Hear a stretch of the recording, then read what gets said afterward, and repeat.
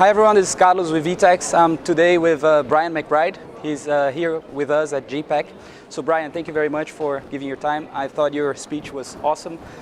You were also at VTEX Day. I don't think we need much introduction about Brian McBride. He's the chairman of ASOS Wiggle as well. Yeah. So Brian, just very straightforward.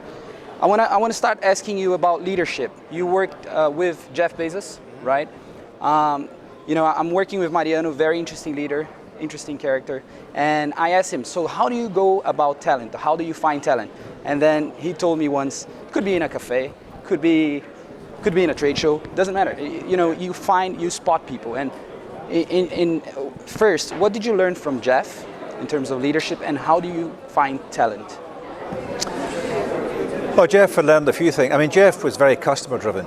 Jeff was an entrepreneur. He used to work in investment banking as a tech guy, so he wasn't a big leader in a big company. He hadn't been trained to be a leader, and actually I think that was reflected in the people that Jeff surrounded himself with. He hired in, a great HR leader from GE, so Jeff knew what he didn't know, and he hired and filled his table with the skills he didn't have, and they were the ones that built the leadership model. So Jeff was much more customer driven, much more focused on the customer, and he let his senior team build the leadership ethos that I spoke about today. Jeff embraced it, but I wouldn't say that it was his invention or his words. Yeah, very nice.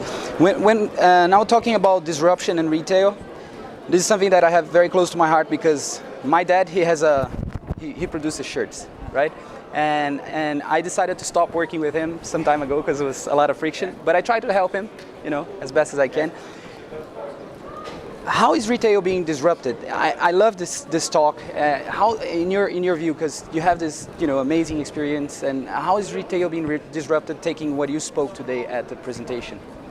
Well, I don't think there's any rocket science about it. I spoke about the importance of mobile, the importance of understanding your customer, having data around the customer to allow you to make relevant and meaningful recommendations to your customers. The data tells us what's happening. I look at data, UK, Europe, USA. Every week, every month, every year, there are less and less stores. There are more stores closing than opening, so the net population of stores is reducing every day. Right. And the number of people working in stores is consequently reducing as well. So it is inexorable that we will end up with many less retail stores than we have today.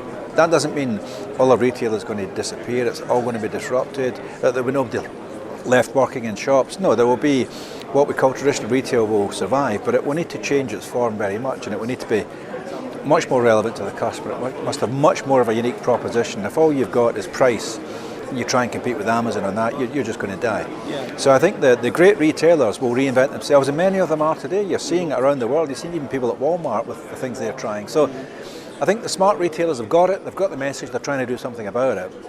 There's a whole bunch of mid-range retailers who kind of think that this wave of mobile and digital and tech is going to just wash over their heads and they'll be fine once it's gone. That's not going to happen. I think that there will be profound changes for every single player in retail, and only those who are prepared to adapt and evolve will make the journey. When you say adapt or evolve,